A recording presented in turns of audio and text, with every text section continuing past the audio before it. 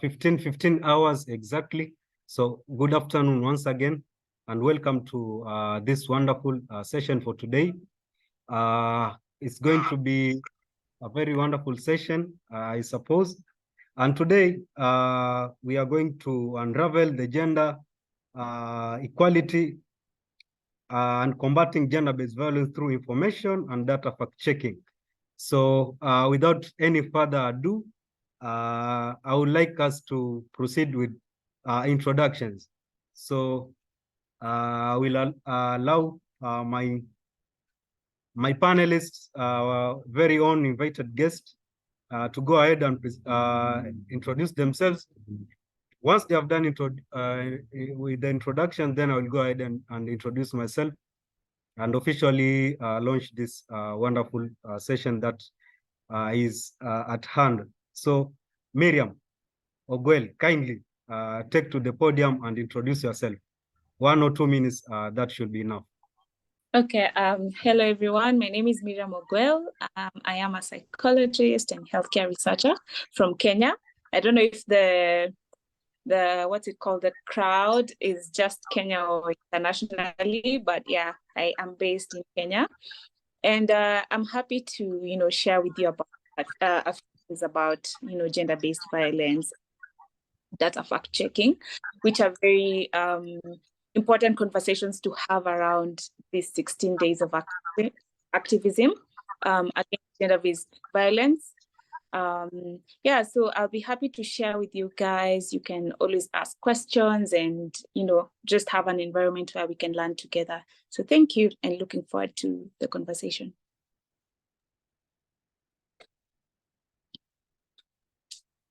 Okay, that is very well noted, and thank you for your wonderful introduction. Next in line, Divanshi. I guess I've pronounced your name correctly. Divanshi. Yes, Miss Divanshi, kindly introduce yourself. Thank you so much. My name is Divanshi Mariah.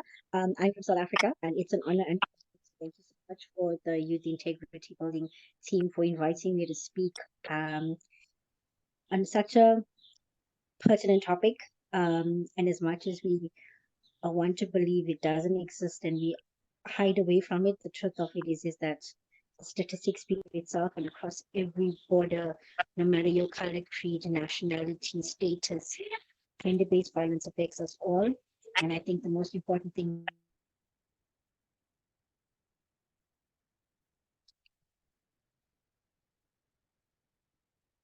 Is it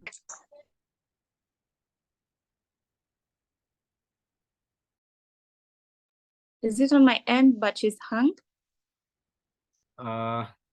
Unfortunately, we could. She has muted herself. Sorry, I'm back. Can you hear me now? Yes, proceed. So sorry about that, Brian. So yeah, so as I was saying, and the most important thing is we've got to be intentional and more impactful in our approach to the solutions around gender-based violence and femicide. And it would be a nice opportunity to get information from across the globe around how Africa is affected by gender-based violence. I think, because first and foremost, we are emotional human beings. So wherever we are in the country, we face exactly the same problem. The only thing different is our surroundings and our circumstances around how our country addresses gender-based violence. So thank you so much for this opportunity.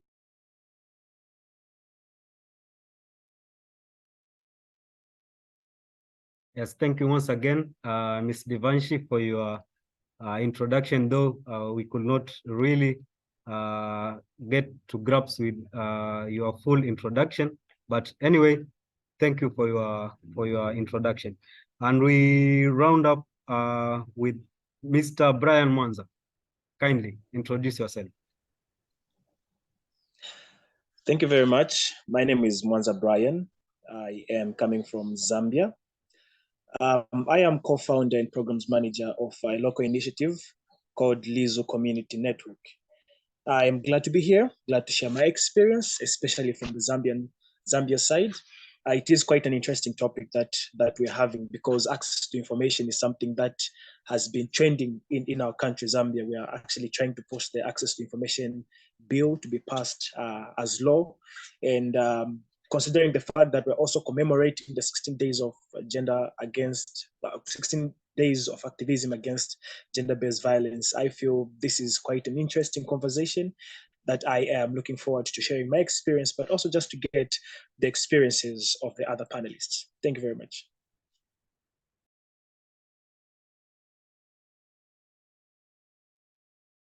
Yes, thank you very much, Mr. Brand. And my name is Tom Nyale. I'm a youth leader, and I'm a computer science graduate from Kenya. And I'm currently a fellow for Youth4 Integrity Building organization in the ILEAD program, that is Integrity Building Leadership program.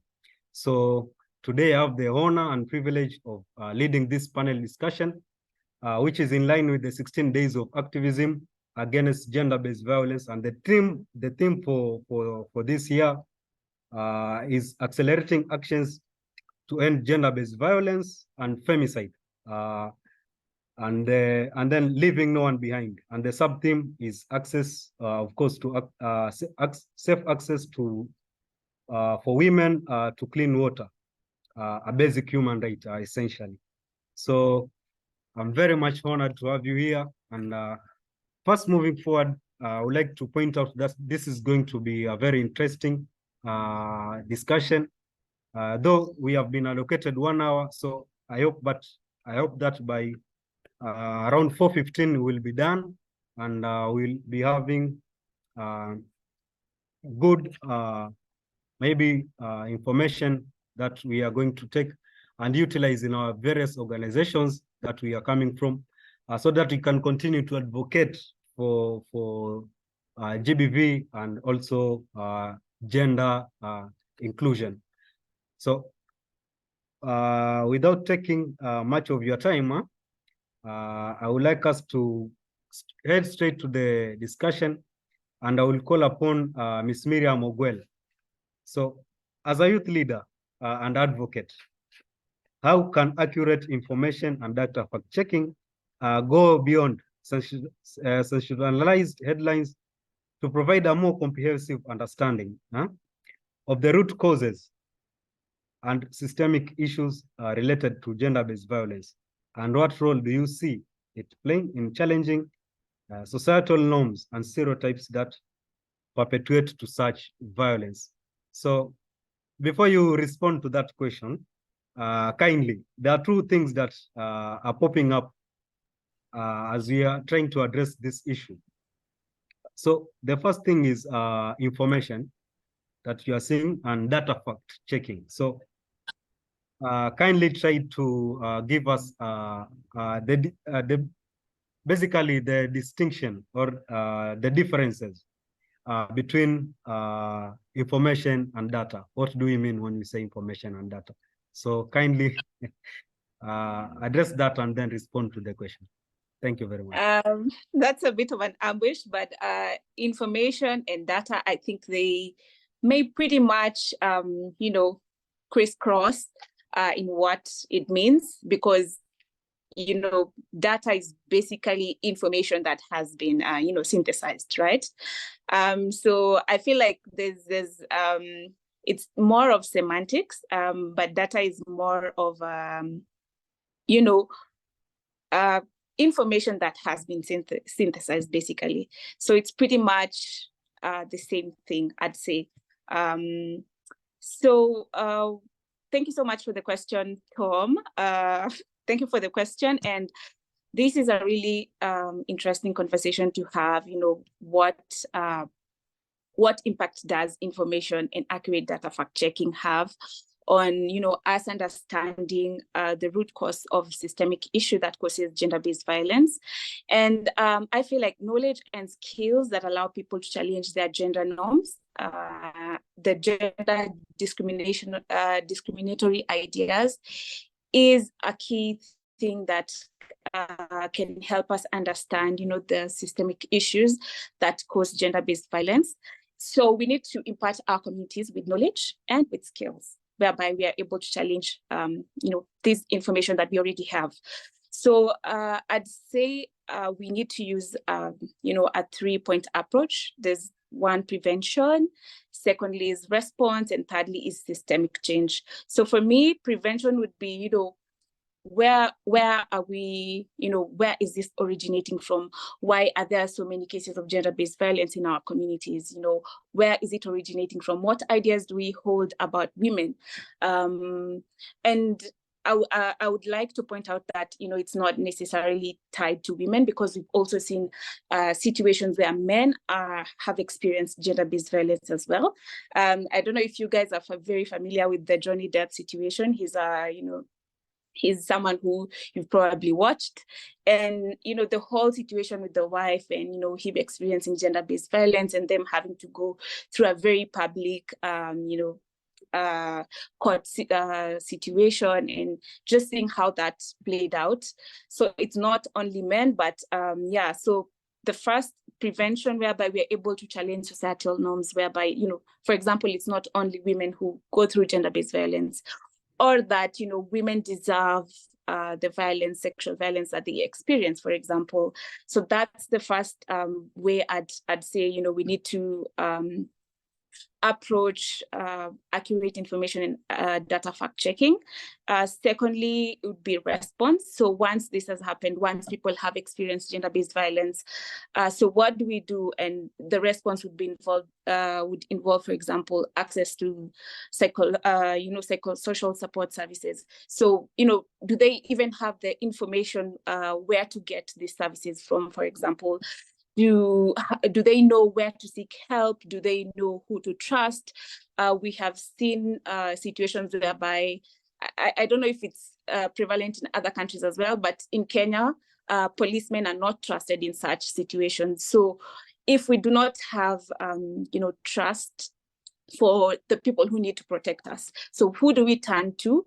So the response would be involved providing support, access to information of, where exactly do they need to get this information from? What are the legitimate sites, for example?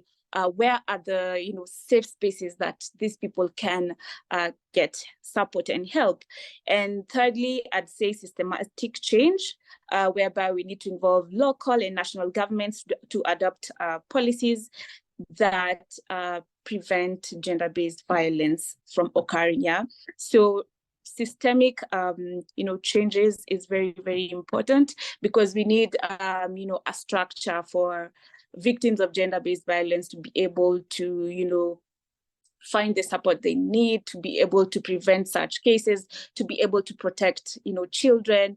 And I'd also like to point that the 16 days of talking about gender-based violence also involves children. So that's also an important aspect that we need to think about. How do we protect our children? How are the systems protecting our children? Just the other day, I was at a children's home. One of my friends has a literacy program there, and just seeing very young children and wondering what's their story, why are they here? Because it was more than 100 young children below 5 years. And my question was, why are these children here? What is being done to protect them? Such questions were passing across my mind. And so I feel like those are the ways in which we can, advance this conversation around information and accurate data fact checking. So as our local governments and national governments, how are they able to, support accurate information being shared? For example, people receiving penalties for sharing fake information and that sort of thing. Also like to point and having these conversations, we'll be able to identify, the different societal norms. And when we have this information, we are exposed, and it gives people the thoughts around this is what gender-based violence looks like and what needs to be done, and things along that line. I'd also like to point school level interventions where we engage learning institutions, right from the primary schools and secondary schools and all that.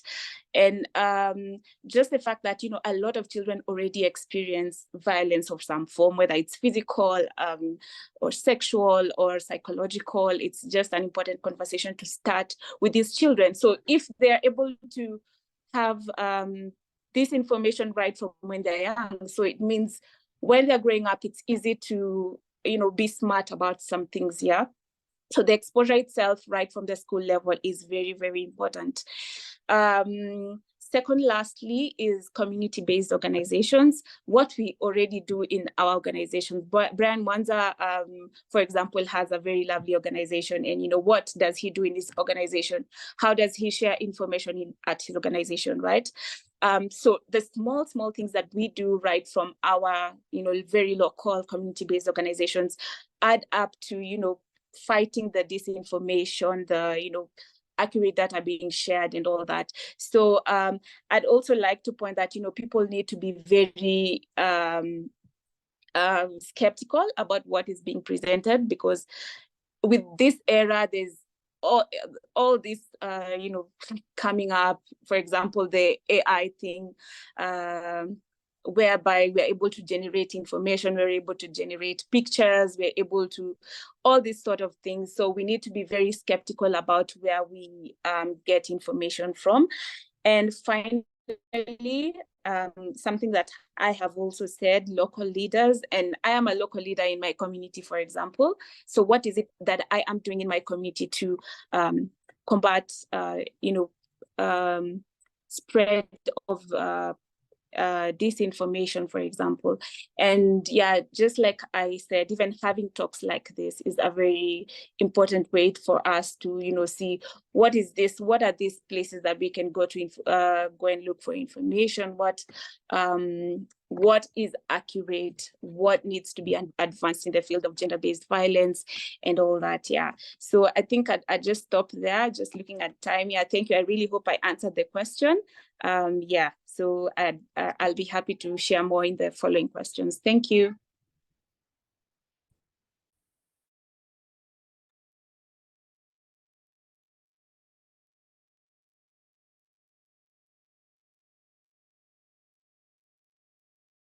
Yeah, thank you very much, Ms. Miriam.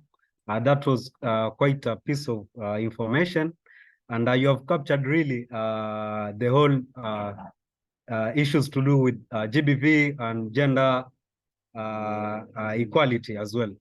And I like the point that you mentioned, when citizens are involved, there's the trust, and you also, when you provide access to information, then you are empowering these people, and in doing so, we are witnessing that we are promoting integrity in the society, and that is essentially the whole issues to do with this panel discussion. That was quite a piece of information that you have captured, and I would like to break the gender barrier. So we'll move on to our friend from Zambia, our highly esteemed guest, Mr. Brian Mwanza. So as a co-founder of a youth-led non-governmental organization, how do you see the intersection between accurate information, fact-checking, and empowering young people to take action against gender-based violence? I think you can respond to that. Okay, thank you very much for that. So this is quite an interesting conversation, like I earlier mentioned, most especially that we are currently pushing for the Access to Information Bill to be made law in our country, Zambia. So now, if you look at the intersection between accurate information, fact-checking, and empowering of young people to take action against gender-based violence, to me, really, it all trickles down to one point and one thing alone, and that is accessibility. Right? Because if you look at information itself, if you look at fact checking, you're basically trying to verify if the information that you have is factual, right? And so all these things cannot be possible without accessibility. So in as much as we are talking about accurate information, that information needs to be easily accessible. In as much as we are talking about fact checking, the sources that you are trying to verify facts from needs to be accessible. And so when you look at the intersection of accurate information and fact-checking, even before you empower young people to fight against gender-based violence, there is need for accessibility, right? The first presenter, Miriam, was asked a question to say, can you just maybe help us understand the difference between data and information? And I feel this is where the significance of that question really falls, because when you look at data are facts, or information which is not complete, right? So you might know something, but it is not really contextualized. That can be deemed as data. For example, if we say in Africa there is gender-based violence, that's data. In Zambia we have gender-based violence, that's data. But then information will be contextualizing that piece of information that we have. So if we say we have gender-based violence in Zambia, that's data. But then in what context, right? So if we say we have gender-based violence in the context of women being abused emotionally, physically, intellectually, we have men who are also being violated, who are being abused by their wives and things like that. Now you're adding context to data, which then becomes information, right? So in the empowering of young people to fight gender-based violence, we need verified and accurate information that will then empower them to go and fight gender-based violence. But then if we only have data and we do not have information, it becomes hard even to empower young people, even for young people themselves to stand up against gender-based violence. And so that's why I look at this question as accessibility being the intersection of all this, because you might have heard of a rumor, but that is just that if it has not been verified, right? But then the question is, where do you go? Just like what Miriam was talking about, where do people go to verify the information they've heard? Are there links? Are there sources that will actually give accurate information which is factual? Right? And this is where we find a lot of misconceptions of certain things. This is why we find a lot of people still engaging in vices that maybe the governments and civil society organizations are really trying to find, because it is very hard to access information and to access facts. So I will respond to this question in two ways, right? So there is need for people who are empowering young people to have facts on the ground first. And then there is need for young people themselves to have facts in as much as they are trying to fight gender-based violence. Because in the spaces I've been privileged to be in, where we're talking about gender-based violence and whatnot, a lot of people have data, but they do not have information because we do not really add context to the information that we have. So most of the times you find a lot of people mobilizing individuals, calling for workshops, calling for trainings, and telling them that we have gender-based violence. We need to fight against gender-based violence. A lot of women are being abused. That is data, right? But then when those young people have been trained and they need to fight gender-based violence, they need maybe to hold maybe governments accountable so that such vices can be put to an end. They need to have facts. They need to have information. It's not just a matter of knowing that in my community there is this thing which is happening without really understanding in what context does it happen. And that can only be done if people can easily access facts and accurate information.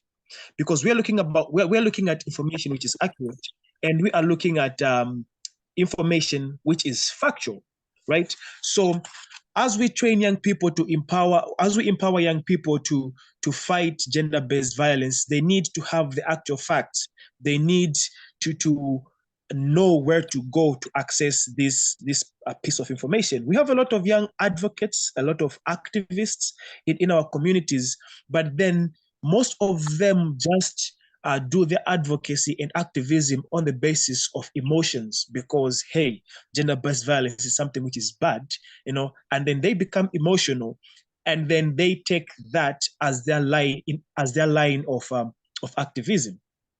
And personally, I feel this is why most of the times advocacy and activism doesn't really turn out to be effective, because we ride on data without really riding on information.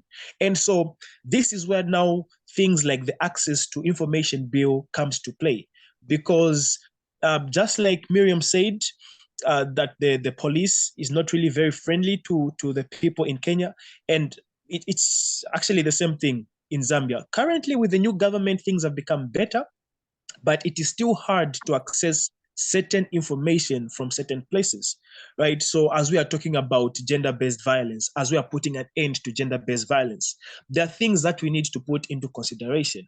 We need to understand the people who've gone before us. What have they done so far, right? What kind of innovations or interventions have they put in place for them to try to fight this vice called gender-based violence? Where did they stop? Okay, what didn't work out? And then with this information, we are then going to know what we need to work on so that we can actually fight. Thank you, Mr. Brand. I think your time is almost up. We'll give you another chance to finish that. So, all right. Yes, thank you, Mr. Brand, for your wonderful elaboration. And there's we in our discussion today, we have the privilege of someone who will respond to you, Mr. Brand. You have been asking about access to this information, and we have someone who is really passionate about accessing information, and that is no one than Devanshi Maria. So she will respond to access to information very well, as you are trying to put it.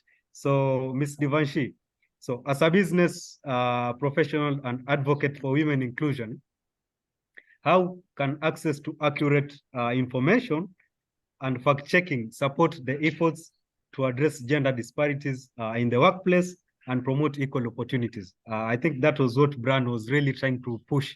So kindly respond to that question and give us a wonderful piece of information. Thank you.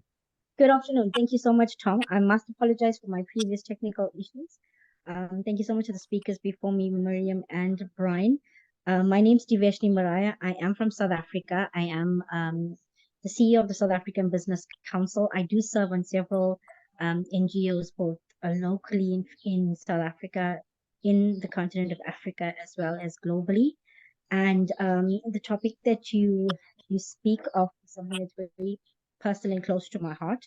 So to answer your question, as a professional and advocate in women's inclusion, how can access to accurate information and fact-checking support efforts to address gender disparities in the workplace and promote equal opportunities?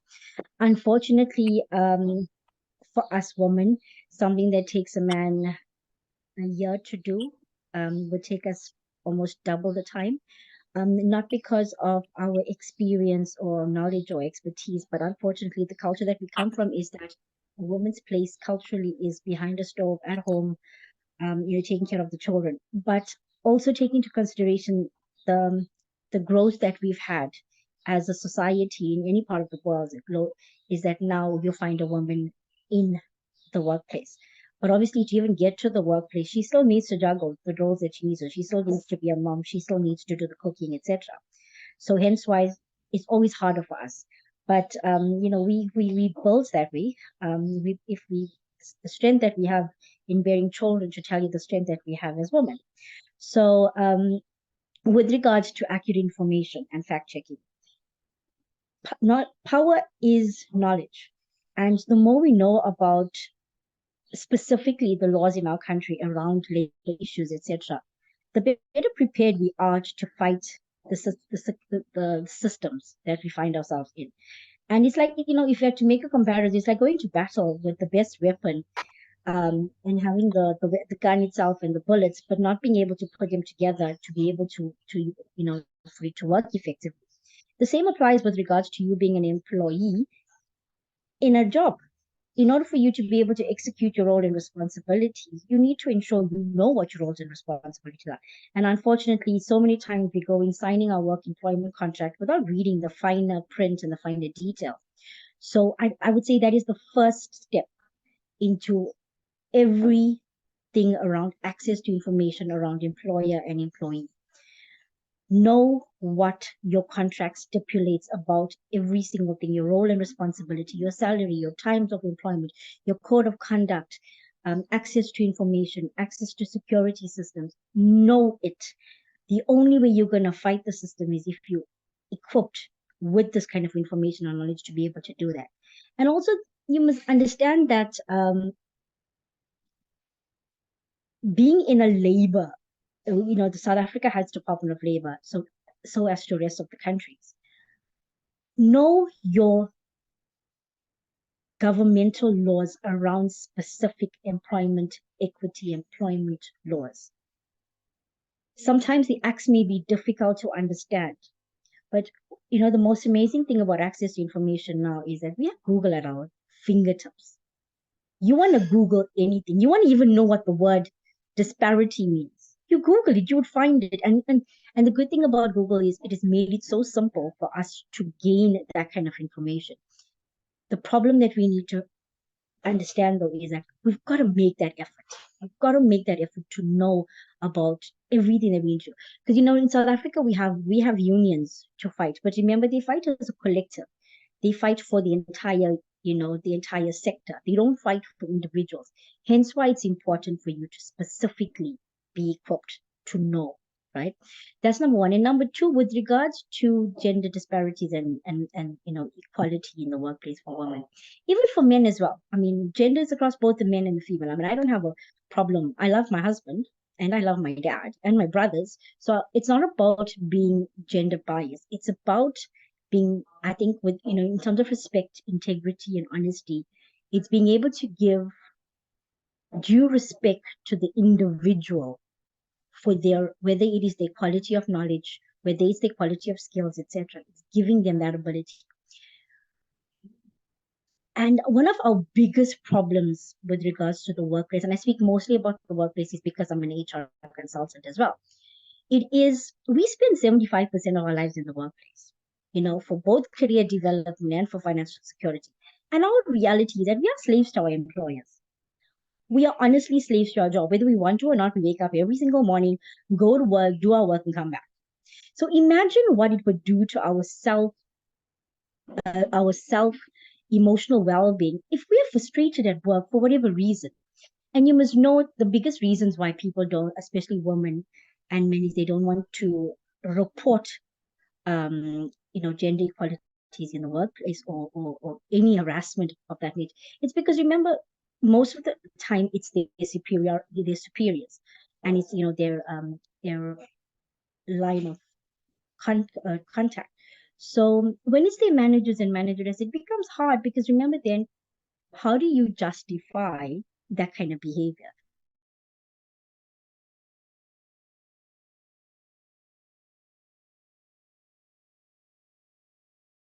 We are about any arrests to our detriment, because how many other people are they doing this to?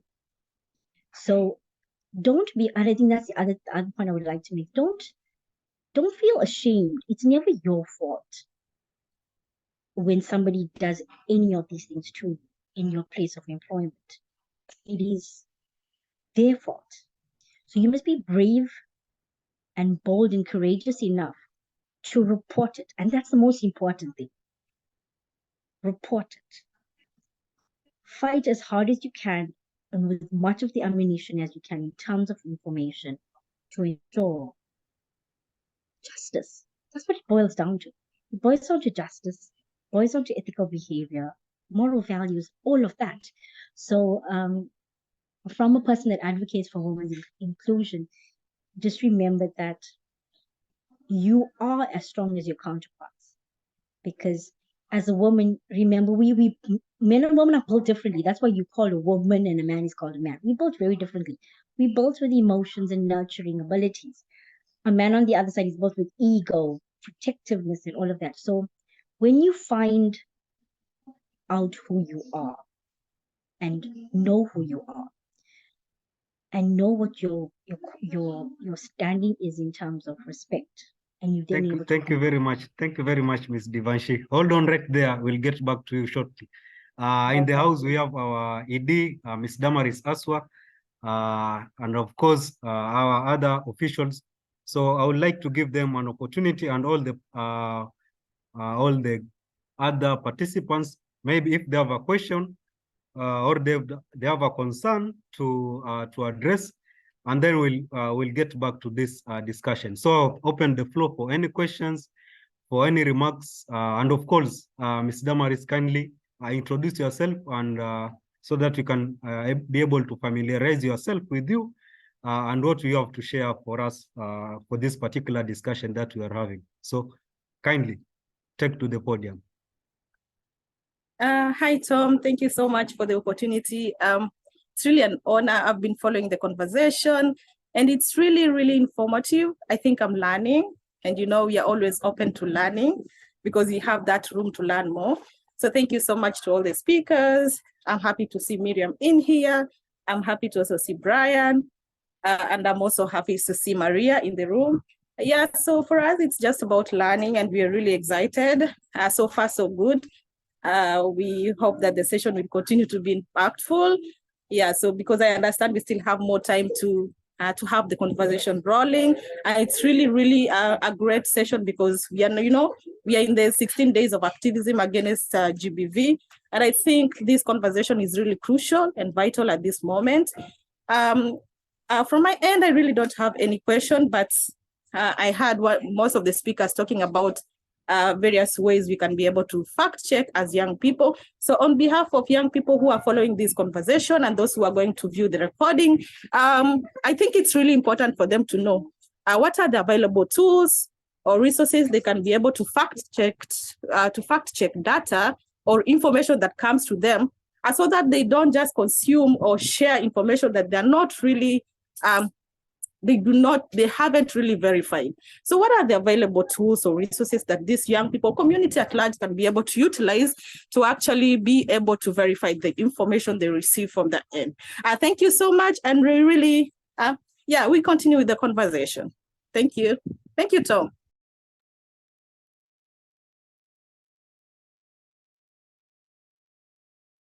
Yeah, thank you very much, Ms. Damaris, for your input today and for your wonderful remarks. So we'll continue with our discussion. I think it's getting hotter. The degrees are increasing with every second, every minute as we interact. So we'll continue with Ms. Miriam. So Ms. Miriam, how has your experience as a psychologist influenced your advocacy work on women and gender issues to do with mental health care and human rights? And also, in your experience, what are some of the effective ways to address the challenges faced mostly by young women in accessing education and healthcare? So I would like you to respond to those two questions with the shortest time possible, because we are running against time. So 5 minutes for that for you. Thank you very much. Okay, thank you so much. I'll try to be short and sweet. I'd like to highlight the correction of data information. I don't know if you've ever been in a situation where you know something but you don't have the words for it. So thank you, Mwanza, for just talking to us about data and information. So I'd like to also answer Damaris' question quickly. What are the resources that we can look for verifiable information? And I'd say look at news from different sites, right? If you see a lot of gossip blogs or whatever, they usually come from one side, but most of verifiable information comes from different sides. So that's one way to get information. And also, like I said previously, be skeptical. So always be on the lookout. Is this information correct? So get multiple sites. That would give you a better chances at having correct information. So back to answering the question. So on the question, I'd like to highlight my work working with cancer survivors, and providing psychosocial support and developing a program to provide further support for cancer survivors and related to gender-based violence. So one of the things that I noticed, I was working at Cancer Support Community in Montana, and one of the things that I noticed is that sometimes people do not necessarily need therapy, right? They need, for example, access to information. Where do I need to go and get my what's it called, my services from? Where do I get support from? What cancer support social groups do I join? And part of my work was just trying to synthesize this information together and being able to assess the needs of this person. So what is it that they need, and me matching that to them. So something else that came up was they didn't have finances to finance their cancer treatments, and there was all this information about where to get financial help, for example, where to get affordable services, and just linking them to the correct healthcare facilities. And just relating this to gender-based violence, we can always go beyond our work as providing psychosocial support to is it that they don't have economic empowerment, right? Because most of the times a lot of gender-based violence victims do not have the means, for example, to escape violence, or do not have the means to be empowered and be able to speak for themselves. As we know, money is a very big factor in gender-based violence, in the sense that money creates an imbalanced form of power. So that's one way. I'll be answering the questions concurrently. So that's one way to empower young women. Let me just go through the third question. In your experience, what are some of the effective ways to address the challenges faced by young women in accessing education and healthcare rights? Hold on right there. Okay. We'll respond to that question at a later Okay. stage.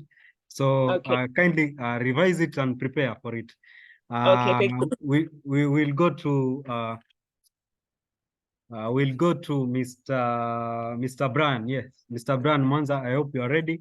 Mr. Brian, so what strategies have you used or have you found most successful in engaging and empowering young people to actively participate in shaping their communities? And also, in your experience, what are some of the effective ways to utilize data and information to advocate for policy changes and better support system for survivors and gender-based violence? You know that policymakers need this kind of information, this data, so that they can be able to go ahead and formulate policies for the government and close these gaps or these loopholes that are existing in the system, so that GBV survivors are able to get the support, they're able to get resources and the required information, so that they can be able to reintegrate back into the society with all the confidence that they should be having. So kindly, Mr. Brian, address the two questions with the shortest time possible. The floor is yours. Thank you. I'll try to keep it as short as I can. So to answer your questions, just like Devashni, I believe it is, mentioned that power is knowledge, right? And so what we look at as the best approach to all this, and what we do as an organization, is we give people the knowledge that is needed for them to do. So as a movement, we do not just look at gender-based violence, we look at multiple things. And so regardless of what it is, so long it is in line with our thematic areas, what we focus most on is the information which is being given to the young people. What kind of policies are governing the country in line with that particular topic or subject.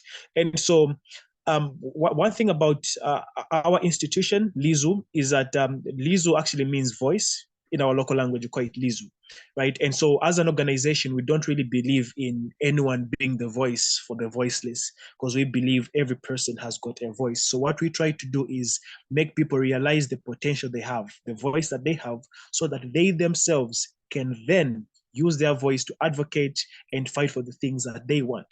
That's our belief as an organization. And so with that, what we mostly focus on are engagements, training these young people, mentoring these young people so that they can know their rights and their potential. But then we do not just end there. So what we do is after we make them know who they are and the potential they have, we then create a platform for them to actually put that into practice. So then we have interface meetings where we deliberately call local leaders with the same young people that we have trained so that they can engage, they can dialogue.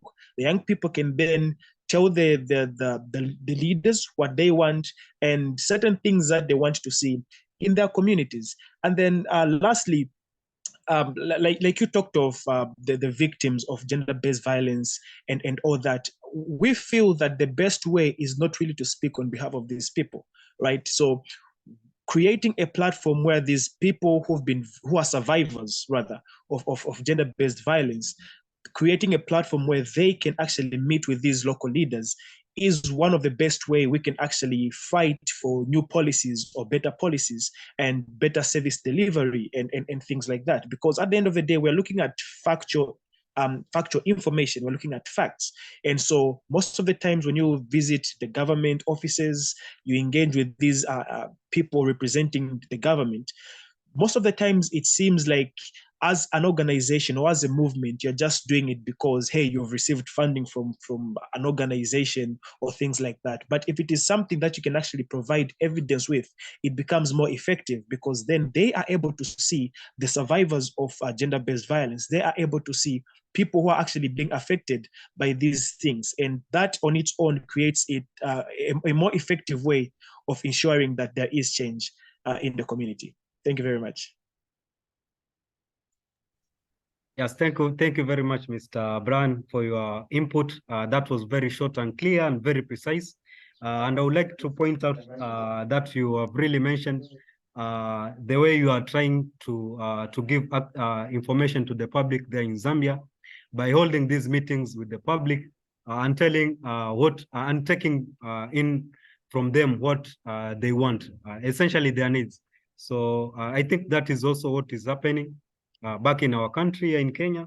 The organization that has supported this meeting for today, or this panel discussion for today, that is Youth for Integrity Building. The organization is in the phase of completing a transparency hub. This hub will be used for sharing, collecting and analyzing data so that we can be able to inform decisions on matters to do with governance, with public service, and social justice. So I think basically you having these meetings with the people is no different from what Youth for Integrity Building is trying to achieve at the end of the day by coming up with this transparency hub. So thank you very much for your input. I would like to go to Ms. Divanshi. I can see she's ready. We have not really heard from her for quite some time, so I would like to open the floor to her. So, Ms. Divanshi, so what practical steps then can young people take to create a more inclusive and supportive environment for victims and survivors of GBV? I think that was what we were trying to address. And then you also tell us, how do you integrate the principles of sustainability and climate action into your work as a corporate, social, and enterprise development strategist? So kindly take to the floor and respond with the shortest time possible. Thank you very much. Okay, so I'm going to answer the first question first, right? My stance with regards to victims and survivors and even perpetrators is mothers don't give birth to or raise perpetrators. Our biggest problem is we need to identify when do they become one, and how do we identify and settle for these perpetrators, or bring them into our lives as monsters. As clearly that's what they are, struggling men who don't know how to cope, or even women for that matter. And GBVF is a cycle that needs to be handled at the root before it becomes a huge tree that we cannot uproot. Identifying personality traits during courtship is critical. Just one slap, just one harsh word, just a raised voice should be enough to send alarm bells to stay far from those We need to stop justifying and accepting any form of disrespectful behavior towards us. I need you to think of yourself as royalty, princesses, princes, and remember how you were raised with the amount of love and nurturing and care. And remember who you are. Make it your business to know yourself enough and be a completed person before you accept a person in your life. Two incomplete people don't make one complete person. We were created to complement, not complete. Traditionally and cultural norms are also to be blamed. As a society, we were told not to come back to your home from your marital home when you face problems. Don't fight, create peace. He's the head of the home. What he says goes. He's the provider. His rules apply. And the list goes on. Respect is earned. We can only submit to somebody who loves and respects us. Imagine the one that was meant to protect us is the one that harms you. Rather be alone with a stigma attached than lie in a hospital bed, or even worse, a body bag, and come home to your home in a coffin. We're also the biggest contributors as we stay silent. Even our justice system fails us. Maria mentioned it as well. We also have huge loopholes and gaps in our reporting systems. I mean, you can't even go to a police station and report it because then the victim, is ousted and looked upon differently. And then our judicial system as well, with regards to interim orders and protection orders, are not completely addressed. So we've got a lot of problems in our law system and the entire process system. So that's one of our biggest problems. And with regards to the climate action in terms of sustainability, it is one of the pillars that I believe in strongly as well, because if we don't take care of our planet, we don't get a second planet. We don't get an option to redo taking care of our planet. And as custodians of it, we need to remember that. But our challenges is when you come from the homes that you do, taking care of your planet is the last thing on your mind, because when you need rice, you don't care the packaging it comes in. You buy it because you need the rice. So mom buys it. So I think also corporate plays a huge role in terms of consumer decisions. But that boils down to, is sustainability just a scorecard, or climate action points? Is COP just conversation and talk shops? Well, what are we doing effectively? The truth of the matter is, you can't tell somebody that's begging not to litter. That's the last thing on his mind. But if he doesn't take care of his planet, there may not be a place for him to beg on or in. So we need to hold corporate responsible, and also our governments, and make sure that we all take a little responsibility, because the effects of global warming is seen very evidently. And as I said, we don't get a second planet. We can't reverse the things that we do, but we can become conscious human beings to remember, if we don't take care of what we have now, there would be nothing for future generations to have. And so I think the stance is that we need to do it together. We need to make everything intentional. And we're so advanced when it comes to the fourth industrial revolution. So with regards to solutions to some of even climate action problems, there are solutions. We just don't want to.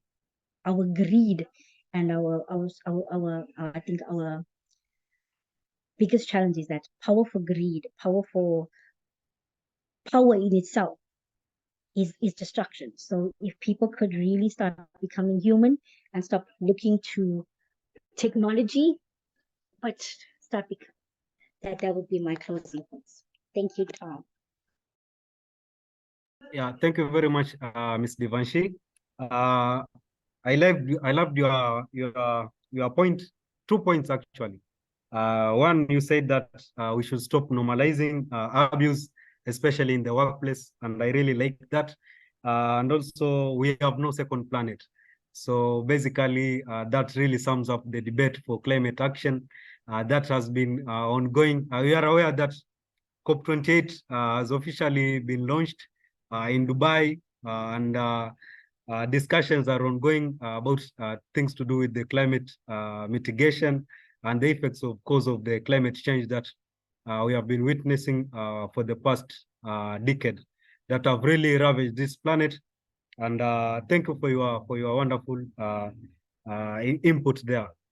As before, I give my remarks and maybe wind up for the day, I would like to get back to Ms. Miriam. she had one last question to respond to. So I would like her to give her at least 3 to 4 minutes. And then the 5th minute will be mine so that I can be able to summarize the whole discussion for today, and then we wind up. So Ms. Miriam, kindly address the last question before you end. Thank you. Thank you so much. So the last question is on challenge faced by young women in accessing education and healthcare. So I'd like to highlight cost as the very main, challenge that makes it difficult for women to access education and healthcare. And so I feel like the fact that, poverty determines the fact that we're able to afford, for example, afford quality healthcare.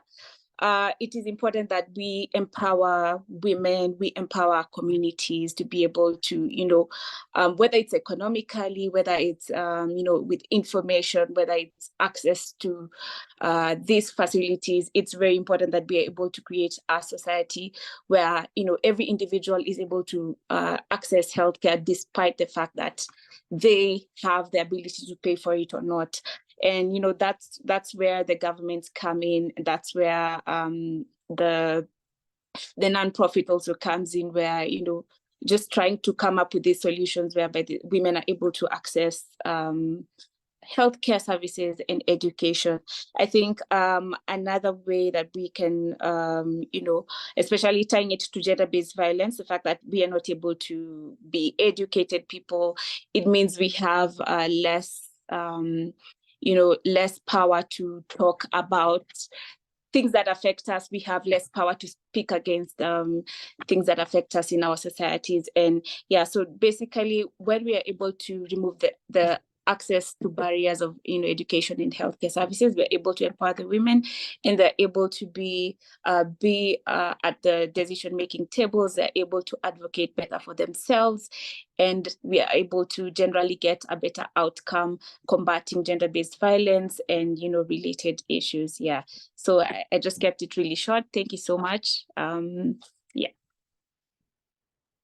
Yes, thank you very much, Ms. Miriam. Thank you also for that short summary. So there it is. We have reached the end of this panel discussion, and it has been my honor and pleasure to moderate this session. But before I open the floor for any questions, I would like to point out that it has been a very engaging conversation that we have had, though time was limited, of course. And as advocates, Miriam, Ms. Divanshi, and Mr. Brian, I've looked at your profile, and all of you are advocates. And I know I'm also into the IT sector, where I get to interact with things to do with data and information, of course. And it is very difficult to access data. It is very difficult to access information, because some of this information is classified and it is needed. So you have to undergo a lot of bureaucracy. You have to undergo a lot of maybe inquiries, things to do with data privacy protection. There is things to do with data theft, So essentially that means getting this data, especially from the law enforcement agencies, is very difficult. But as advocates, it is our duty to continue being steadfast, being committed to the cause in order for us to continue making a change to the people that are living in our surroundings, and even outside the countries that we reside. So we have a duty to ensure that we are creating a gender-based free society. And of course, we are closing the gender gaps that are existing, because I looked at the gender inclusion report for this year, and the results were not very satisfying, because they were saying that in order to close the gap so that we can have gender parity worldwide, it will take the world over 100 years to achieve that. So we are lagging behind, and there's a need for us to really come out and make an impact and really drive change So because the world needs us. And it is not everybody who has that power, who has that knowledge, who has that capacity and ability to stand up for themselves. You know, there are weak people in the society, there are less informed people in the society, the illiterate, the digital illiterate. So all these kind of people need someone who will hold them, who will hold their hands and give them this kind of information, so that should they face discrimination because of their gender, should they face threat because of their maybe they're just the way they are, then we need to really have a discussion and maybe assist these people. And also, without forgetting, we need to also sensitize and talk to the law enforcement agencies, especially the ones who are working for the correctional departments, because you know, when someone has committed a gender-based violence act and gets sentenced to serve a sentence in these correctional facilities, they're supposed to be reformed. So we need to also have a discussion with the law enforcement agencies, so that we are able to correct these inmates who have been locked behind bars because of the issues that they did while outside, things to do with GBV.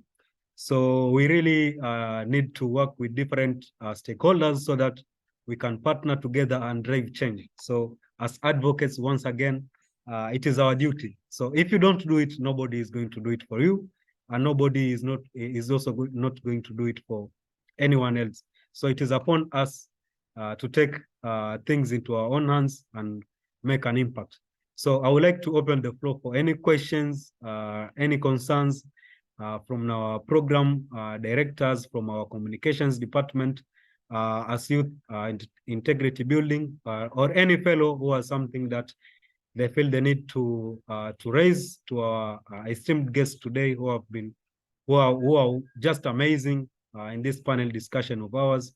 The floor is yours. Kindly address any panelists that you feel that you need to them to clarify something for you. So any questions? So I don't think if there is any question for today. I would like to give this opportunity to the organization staff for Youth and Integrity Building, maybe to air something before I take over and close this session. So Ms. Damaris, Mr. Ken, if you are in the building, kindly take to the podium and give us your inputs before I wind up. Thank you very much. Okay, thank you so much, Tom. That has been a really interesting conversation. And myself, as I said earlier, I've really learned a lot. And I really hope that the participants in here have also been able to learn a lot. And I also hope that when this video is going to be shared to the public, whoever will come across it, it will really be informative and impactful to them. So thank you so much, Tom. You've really had a great moderation session, and we really appreciate that. To the speakers, it has been an honor to have you in the session. We've learned a lot from your expertise, your experiences, your insights. We really appreciate that. So thank you so much, everyone. Thank you, the speakers, and thank you so much, Tom Arnold, for the great moderation. And for the participants, we really appreciate your time. And yeah, that is it from us, Tom. Thank you.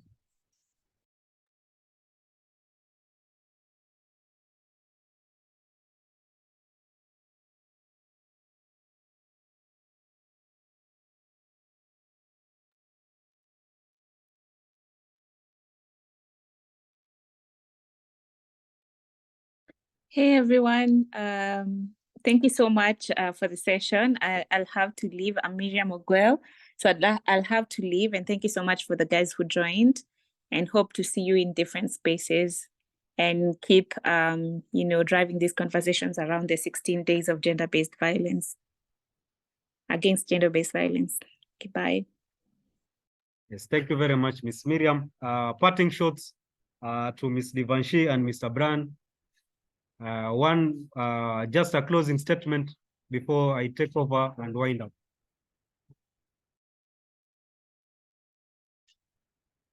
Thank you so much, Miriam. It was extremely nice to serve on the same platform as you with regards to your invaluable expertise.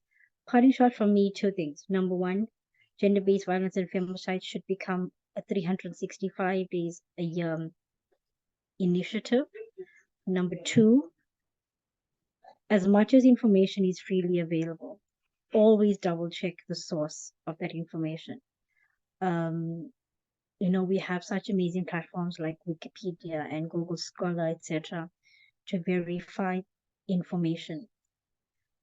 Rather get it from valuable support. And remember, there's a place where theory, research, and experiential learning happens.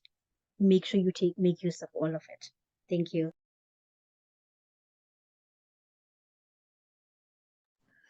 Thank you Thank very you much, very Mr. Brian. Your parting shot. All right, thank you very much, Mr. Tom.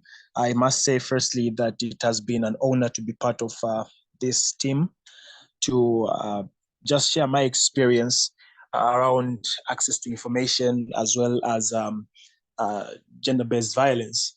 And 16 days alone is not enough to talk about gender-based violence. We need to every now and then talk about it.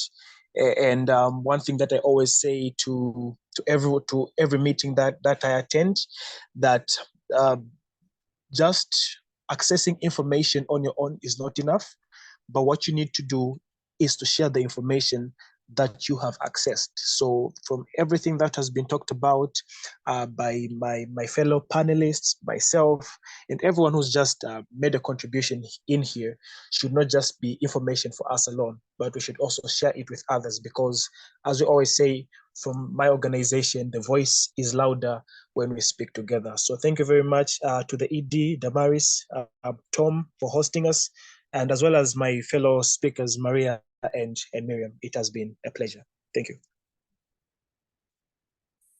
Yes.